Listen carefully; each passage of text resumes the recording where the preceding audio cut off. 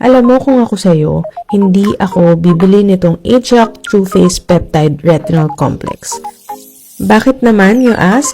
Well, ganito lang yan. Kung gusto mong magkaroon or gawin itong mababanggitin ko, then wag na wag ka talagang bibili. First of all, kung gusto mo ng lines, wrinkles, and dark spots sa skin mo, wag na wag kang bibili nito or gagamit nito kahit kailan.